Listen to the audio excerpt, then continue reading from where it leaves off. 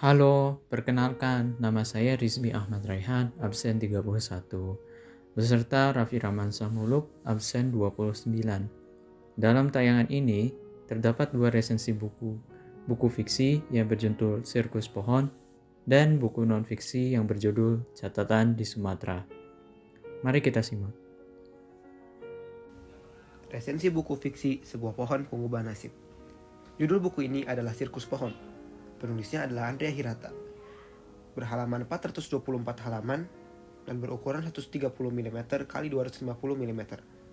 Terbit pada tanggal 15 Agustus 2015 dan penerbitnya adalah Bentang Pustaka. Andrea Hirata adalah penulis asal Belitung yang terkenal dengan karyanya yang mendunia, yaitu sebuah novel berjudul Laskar Pelangi yang telah meraih banyak penghargaan internasional dan telah diterjemahkan dalam 25 versi bahasa asing dan beredar di 130 negara. Andrea Hirata memiliki keunikan tersendiri dalam menulis. Di antaranya, bebas memainkan kata-kata dan makna, mengangkat tema-tema dewasa, menggunakan bahasa rakyat, dan bertemakan hidup dan kehidupan rakyat. Dalam novel ini juga diceritakan tentang Tara dan Tegar. Dua anak yang bertemu di taman pengadilan agama tersebut ternyata sama-sama menyimpan kenangan pertemuan pertama mereka tersebut. Dan saat mereka beranjak remaja, mereka masih terbayang dengan pertemuan itu, sehingga akhirnya mereka saling mencari satu sama lain dengan cara-cara yang unik dan pintar layaknya seorang detektif. Ada juga cerita tentang pohon D5 yang berada di depan rumah Hop. Pohon tersebut dianggap sakti oleh warga sekitar, bahkan beberapa pihak ingin memiliki pohon tersebut dan menawarnya dengan harga yang tinggi. Dalam buku ini, Andrea Hirata masih tetap konsisten menyelipkan keunikan dan kebiasaan orang-orang Melayu kampung dan humor yang berkaitan dengan politik. Hal ini tersurat pada munculnya pohon D5 keramat di halaman rumah Sobri dan kisah pemilihan desa yang menjadi salah satu konflik dalam buku ini. Kisah pemilihan kepala desa pun menjadi hal yang sangat lucu dan unik, karena dilakukan dengan seserius pemilihan presiden. Ada penasihatnya, debatnya, hingga strategi kampanyenya. Dan kekurangan novel ini menurut saya ada terkadang isi dari suatu bab terasa sangat sedikit. Hal ini menjadikan cerita kurang mendalam. Menurut saya, novel ini sangat direkomendasikan untuk penggemar tulisan Andrea Hirata, penggemar genre romansa dan komedi, dan pembaca yang ingin belajar sedikit bahasa dan budaya orang Melayu. Sementara itu, novel ini kurang saya rekomendasikan untuk pembaca penganut keras genre fantasi, non-fiksi, dan sci-fi. Menurut saya, buku ini sangat bagus. Ceritanya berfokus dengan tokoh utamanya lebih dari satu dan berjalan dalam perspektif yang berbeda-beda hampir setiap babnya. Dan buku ini juga menceritakan hal-hal kecil sampai tradisi yang dilakukan orang Melayu yang membuat buku ini sangat unik dan tidak membosankan untuk dibaca. Selanjutnya akan dijelaskan mengenai resensi buku non-fiksi berjudul Catatan di Sumatera. Mari kita simak. Resensi ini berjudul Kelak Sejarah Akan Menjawab. Judul yang diambil dari kalimat terakhir pada buku yang berupa pertanyaan yang tidak dijawab oleh penulis namun ditinggalkan kepada pembaca atau kepada sejarah.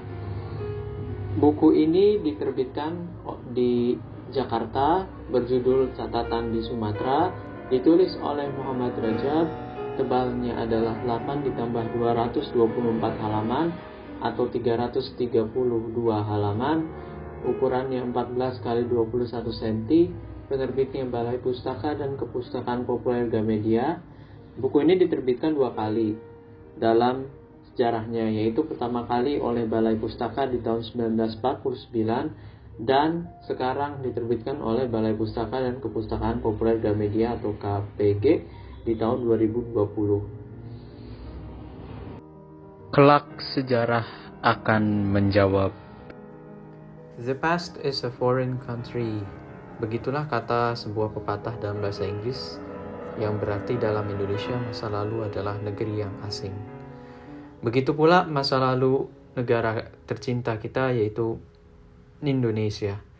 Untuk kita yang hidup di masa kini, sulit membayangkan hidup di masa Indonesia yang belum matang, Indonesia yang belum terbentuk, Indonesia yang belum jelas teritorinya, Indonesia yang belum jelas siapa sebenarnya orang Indonesia itu. Karena identitas bangsa Indonesia belum terdefinisikan dengan baik. Masa Indonesia yang belum matang ini diabadikan dalam memoir berjudul Catatan di Sumatera, gubahan Muhammad Rajab. Buku Catatan di Sumatera merupakan sebuah memoir perjalanan seorang jurnalis kelahiran Minangkabau bernama Muhammad Rajab. Jurnalis ini merupakan bagian dari rombongan jurnalis yang diutus oleh Kementerian Penerangan pada bulan Juni 1947 untuk meninjau keadaan dan perkembangan Indonesia dan bangsa Indonesia di Sumatera. Jurnalis-jurnalis yang diutus itu masing-masing memiliki minatnya sendiri dalam meliput. Muhammad Rajab meliput tentang persoalan-persoalan dalam masyarakat yang dijumpainya. Meskipun demikian, Muhammad Rajab dalam bukunya Catatan di Sumatera banyak memasukkan opini dan interpretasinya terhadap keadaan yang dia temui sendiri atas dalam perjalanannya di Sumatera. Misalnya Muhammad Rajab menuliskan pendapatnya atas kemalasan masyarakat di Sumatera dan maraknya rasuah dalam perjalanannya di Sumatera. Muhammad Rajab menghabiskan waktu kurang lebih 7 bulan dalam perjalanannya, dimulai dari Jakarta dan diakhiri di Malaka di Semenanjung Malaya. Memoir Muhammad Rajab memberikan gambaran bagi kita atas masa lampau yang pertama tidak mungkin kita alami, yang mungkin terlihat asing, serta berbeda dengan pengalaman yang kita alami di masa sekarang. Muhammad Rajab mengunjungi berbagai daerah di Sumatera. Namun permasalahan-permasalahan yang dijumpainya di daerah-daerah itu tidak berbeda antara satu dengan sama yang lainnya.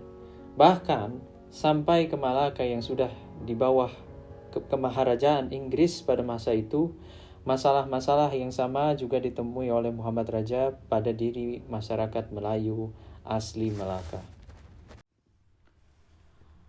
Muhammad Rajab mengabadikan berbagai macam permasalahan yang dialami masyarakat Indonesia di Sumatera.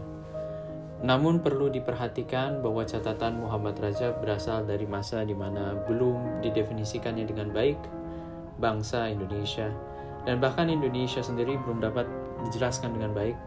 Contohnya adalah teritori Indonesia belum terpatri dengan baik di peta. Pemahaman pembaca yang hidup 75 tahun setelah perjalanan Muhammad Rajab mengenai siapa bangsa Indonesia tentunya berbeda dengan pengalaman bangsa Indonesia yang dianut pada masa perjalanan Muhammad Rajab. Meskipun pada masa Muhammad Rajab terdapat banyak perbedaan pendapat mengenai siapa sebenarnya bangsa Indonesia. Namun dalam memoir Catatan di Sumatera, perbedaan pengertian ini terlihat dari penggunaan istilah bangsa Indonesia yang dikhususkan untuk suku-suku pribumi yang ditemui Muhammad Rajab di Sumatera.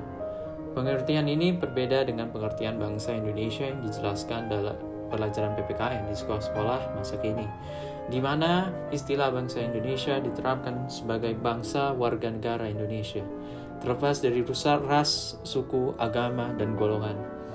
Maka permasalahan-permasalahan masyarakat Indonesia yang dituliskan oleh Muhammad Rajab memiliki pengertian yang sama dengan masalah-masalah yang dialami masyarakat Bumi Putra atau pribumi Sumatera.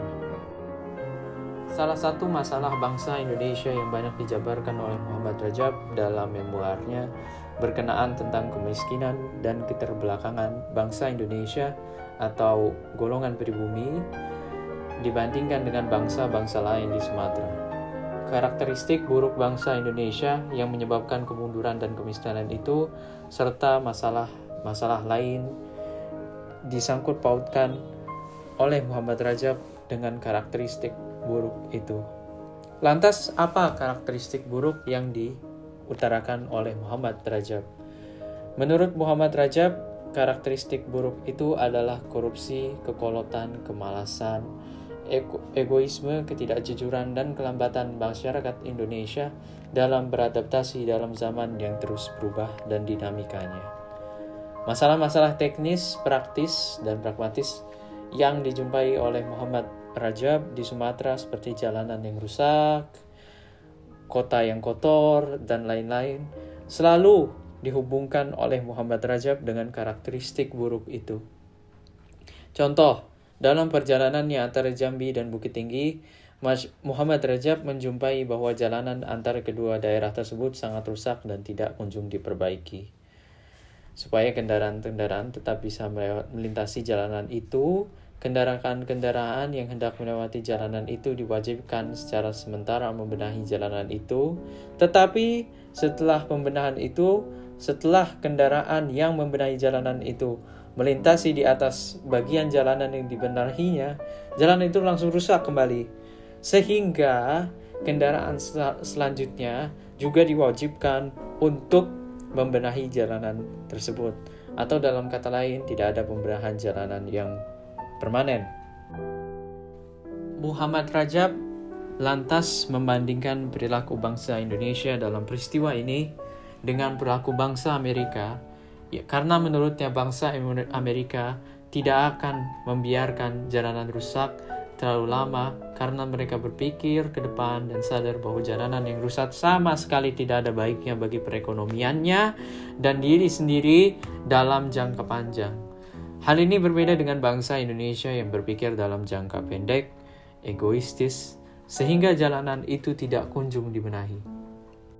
Muhammad Rajab juga mengabadikan fenomena petugas-petugas polisi dan bea cukai Indonesia yang meminta ayam dan kerbau dalam tanda kutip kepada pedagang-pedagang di Sumatera. Ayam dan kerbau yang dimaksud oleh Muhammad Rajab adalah suap dan kerbau lebih besar daripada ayam. Perilaku ini menurut Muhammad Rajab turut berkontribusi dalam keterbelakangan bangsa Indonesia dibandingkan bangsa-bangsa lain di Sumatera. Meminta suap menurut Muhammad Rajab menghambat perekonomian dan kemajuan bangsa Indonesia di Sumatera. Perilaku buruk lain yang dicatat Muhammad Rajab adalah perilaku malas. Bangsa Indonesia di Sumatera yang kerjanya hanya sehari-hari merenung di pelataran masjid. Perilaku malas bangsa Indonesia ini tidak berubah apa-apa. Menurut Muhammad Rajab, juga berkontribusi terhadap ketertinggalan bangsa Indonesia di Sumatera. Kekurangan buku ini adalah buku ini banyak menggunakan istilah-istilah kuno yang tidak dipergunakan lagi di masa sekarang. Contohnya adalah kata prahoto. Namun dalam buku ini tidak dijelaskan apa pengertian kata tersebut. Selain kelemahan itu, secara garis besar buku ini merupakan penggambaran yang baik atas keadaan Indonesia di masa 1945 hingga 1950. Di bagian akhir memoar, Muhammad Rajab memberikan pertanyaan apakah Indonesia dapat menjadi lebih maju, lebih baik, menjadi seperti bangsa-bangsa lain di Asia yang lebih baik dan lebih maju daripada bangsa Indonesia. Pertanyaan ini tidak langsung dijawab oleh Muhammad Rajab, namun diserahkan untuk sejarah untuk menjawabnya. Kita selaku bagian dari bangsa Indonesia yang hidup 77 tahun setelah Muhammad Rajab menulis memoarnya, tentunya merupakan bagian dari sejarah tersebut. Maka, apakah Indonesia sudah lebih maju, lebih baik dibandingkan Indonesia yang dicatat oleh Muhammad Rajab? Biarkan sejarah kelak menjawabnya.